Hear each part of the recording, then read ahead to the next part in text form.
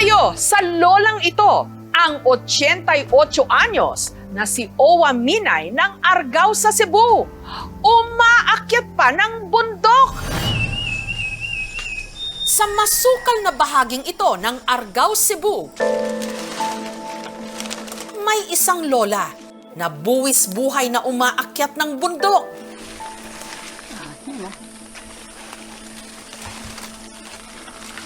Ang kanyang pakay, manguha ng sanga ng halaman na kung tawagin nito. Ito ang gagamitin niyang material sa itinitinda niyang basket. Raman kau gani, di mo kumahadlo ko.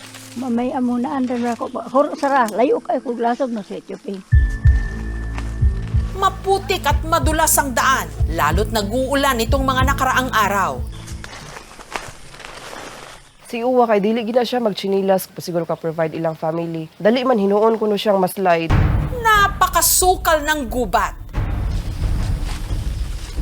Isang maling hakbang lang, lalamunin siya ng bangin. Minsan, natatakot kami baka mahilo doon sa daan, mawalang malay. Naawa ko sa kanya kasi hirap sa kanyang edad eh. Minsan, malimot pa siya kung saan siya galing. Murag, manginabuhi gid siya kay para gid kuno gihatagan pa man siya sa Ginoo og kusog. Pain lang po na, gamay na mo ikatabang-tabang baka nang unsa atong higugmaon dito magsaligbag. Bakit itinataya ni Lola ang kanyang buhay para lang makabuo ng basket?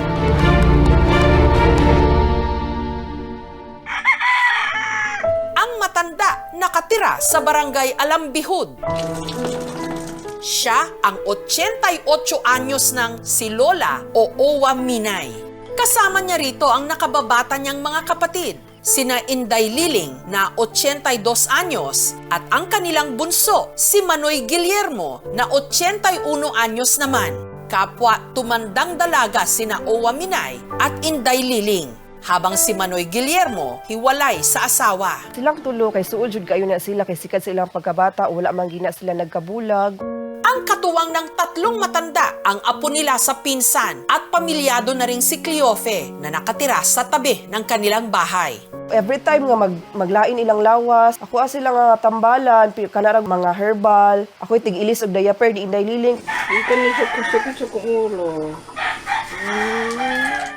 Si Inday Liling, bedridden dahil sa pinsala sa balakang matapos itong masuwag ng kalabaw. Habang si Manoy Guillermo halos nabibingi na. Sa kanilang tatlo, kahit pa pinapalabo na ng katarata ang kanyang mga mata, si Owa Minay pa rin daw ang pinakamalakas. Kaya siya ang naaatasang umakyat ng bundok. Kung ako umuwi pag makalihok, manglalagi ko. Matapos mag-almusal, kinuha na ni Owa Minay ang kanyang panabas o sanggot. Ako lang gusto mag-ampo sa Ginoo. Ako matakalap ka patagay po ko kaya po gamay.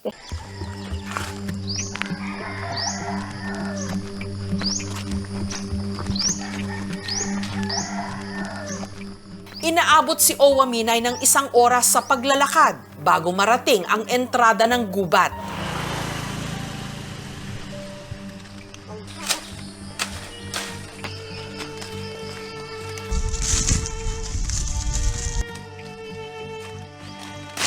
Three times a week nanguha si Uwa Minay og nito para ilaha nga lalahon, di ikaw man nila glala ila ibaligya para usa sa mga source of income nila para makapalit sila og bugas, sula sama sa mga isda, bulad, ginamos.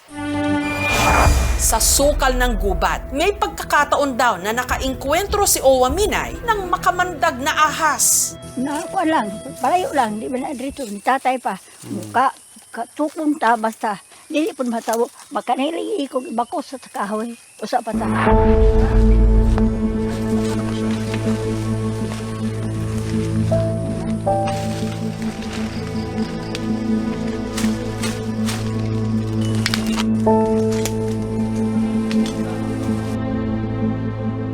Sa loob ng mahigit 1 oras na paglilibot ni Owa Minay sa gubat, nakakuha siya ng 20 pirasong sanga ng nito.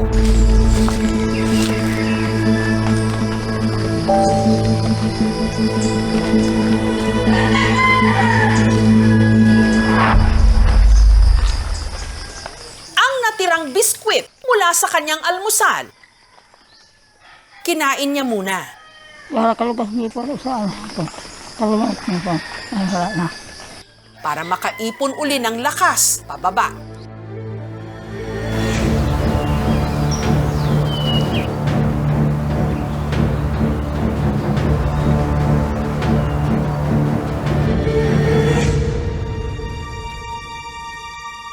Ang nakuhang mga sanganang nito agad nilinisan ni Owa Minay.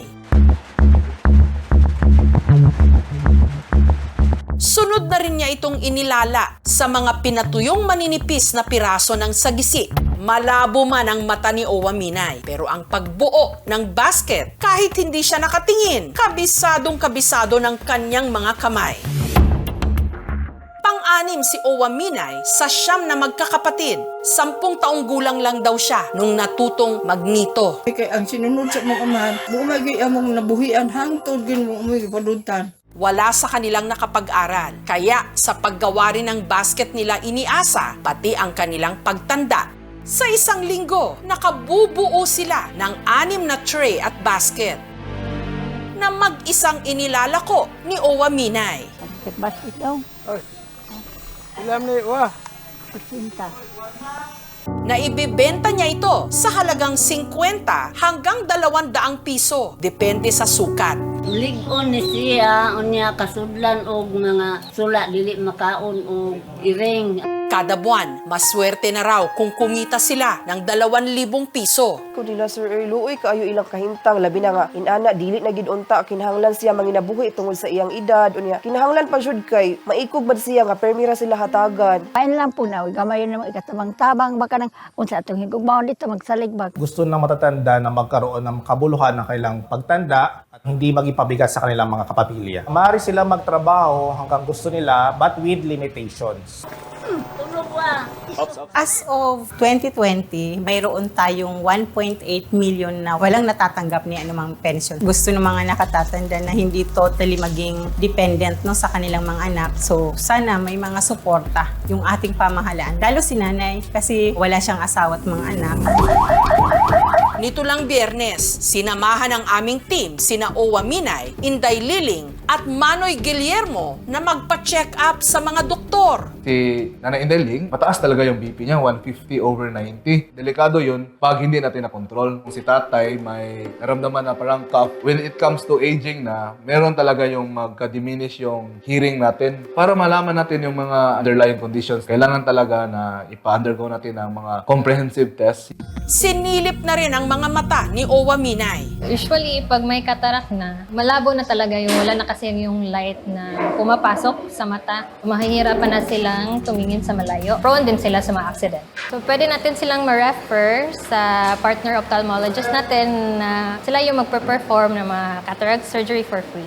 Para kahit paano, hindi na nila problemahin ang pangkain sa mga susunod na araw.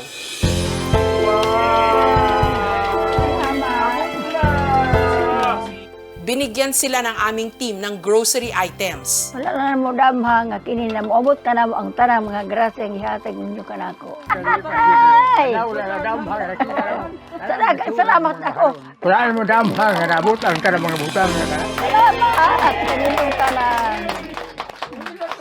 At para hindi na rin mahirapang maglako, nangako ang Department of Labor and Employment na magbibigay sila ng suporta sa kanila. Through the DOLE Integrated Livelihood Program, kami ay nagbibigay ng mga livelihood projects sa mga katulad ni Lola Minay na senior citizens at iba pang marginalized and vulnerable groups. Pag individual, pwede kami magbigay hanggang 30,000 na worth of materials at mga kagamitan na kakailanganin. Para ito ay maging hindi naman napaka-delikado at maging parang libangan lang din nila. Pwedeng kami ang kumuha, mag-procure ng mga materyales at yun ay ibibigay namin sa kanila at sa bahay na lamang sila gagawa ng mga basket. Nasa dapit hapon na sila ng kanilang mga buhay. Sa halip na magpahinga, dahil walang ibang paraan, narito sila, buwis buhay na hinahabi ang mga nalalabi nilang mga araw para lang mabuhay.